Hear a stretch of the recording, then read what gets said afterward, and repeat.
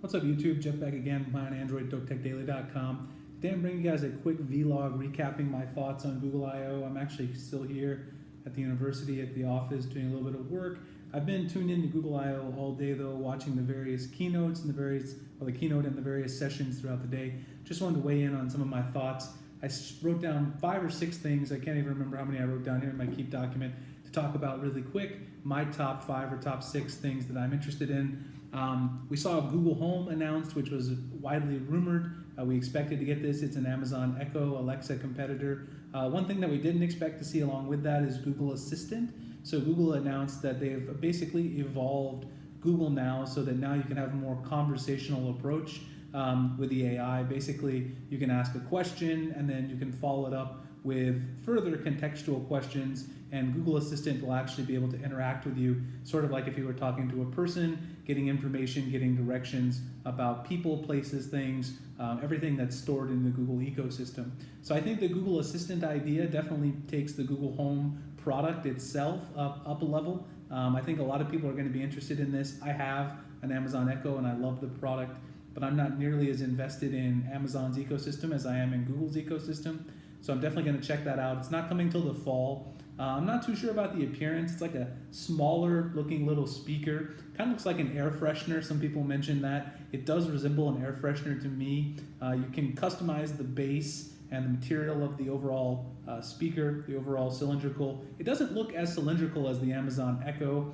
It looks more like a rounded bowl shape.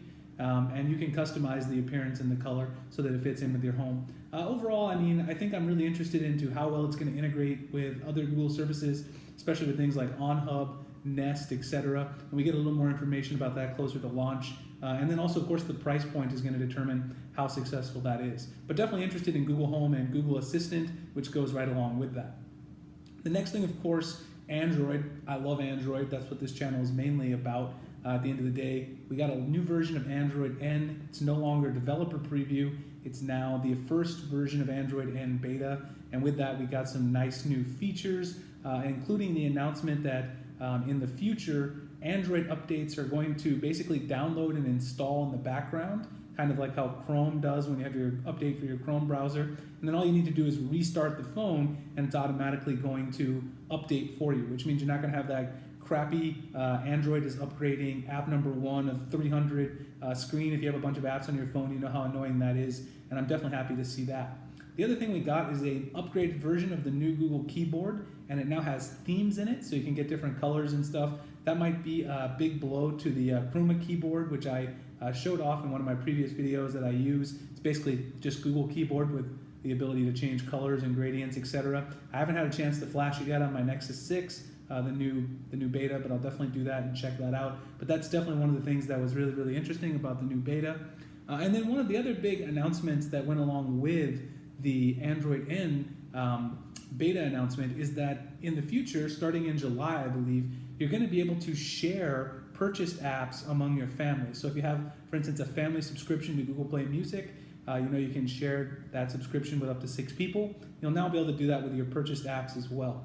Now, I think this is a great idea for families. It's obviously going to save us a lot of money as consumers, but I am a little worried about how much developers are going to appreciate this. Obviously, they can potentially lose some money from this, so there might be some backlash from that. We might see developers price their app a little bit higher. Some people were discussing this various places across the internet, on XDA, on Reddit, saying, well, it's kind of like if you buy an Xbox game for $50, anyone in your house can play it. But that's a little different because if you buy an Xbox game, it has to be in the console. You get one disc, and only one person can play it at a time. With this new arrangement with Android, you can buy one app, up to 6 people can use it. They could all use it at the same time theoretically. So great idea for families, but maybe not something that the developers are going to love, which is a little ironic because this, of course, is a developer conference. The next thing on my list here, we got Android Wear 2.0, so that's very, very interesting. It's the first big update to the Android Wear platform. A lot of people have asked, what can Google add to Android Wear that's going to make it useful? One thing they added that's really nice, I think, is an intuitive swipe-based keyboard.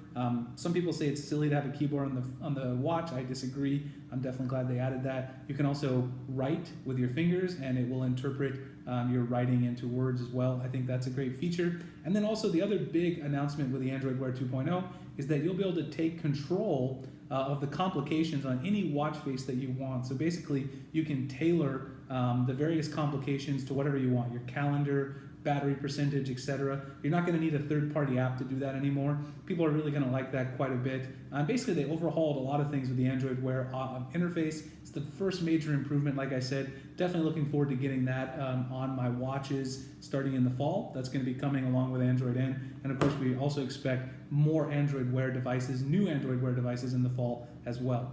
And then the last thing that really caught my eye, which is actually what I was tuning in to right now, and I'm going to go back to watching as soon as I finish this vlog, is the Android Auto pathway going forward. There's quite a few big announcements to Android Auto. I know a lot of people don't pay attention because they don't use it. I do use it. I have a Pioneer head unit in my Honda Accord last year. I installed that myself, got that up and running. It's been very, very useful. I love Android Auto, but it hasn't gotten many updates. They've announced that they're working to bring a lot of cool things, including Waze integration, which is something a lot of people have wanted. They're also building in the ability for people who don't have a head unit or they don't have a car that runs Android Auto out of the factory to actually use Android Auto interface on your phone, because a lot of people have a dock, they got a car mount. You might want to use that Android Auto interface. They're bringing that ability. That's going to definitely bring Android Auto and put it in front of a lot more potential consumers, which I can't wait to see. I'm glad Google decided to do that. And then the other really interesting thing they're doing with Android Auto is they're actually now doing some concepts which they put inside a Maserati with this huge 4K screen where the car itself is running a version of Android. So no longer do you need to plug in your phone into the car. The car itself has an Android operating system on it, and you've got this much bigger interface, and of course everything's a lot more fluid. That of course does require, probably a higher end car. It's probably going to be more expensive to get that built in, but it's definitely an idea that a lot of people have said, why doesn't Google just build in Android OS into the car? So there's a lot of course things that go along with that. They have to work with car manufacturers, which is a very slow moving industry as it is, but that's definitely something exciting to see. And I'm definitely glad that Android and Google as a whole, the Android team has not abandoned Android Auto. As an Android Auto user, I'm happy to see that they're moving forward. And then they also announced that you're going to be able to bring Notes apps into Android Auto. So now you can keep, for instance, like your grocery list, etc., with you in case you need to check, what you have coming up in terms of things you need to buy while you're out and about. So those were the 5 or 6 things, I didn't really keep count, that I was really interested in with Google I/O today. Of course, there are a lot of other great announcements. If you guys drop a comment below, let me know what was your favorite thing. We can discuss it in the comments. Follow me over on Google+, Twitter, and Instagram. The link's in the description. You can also find me on Dope Tech Daily. Appreciate you guys checking out this video, and I'll see you guys in the next one. Later.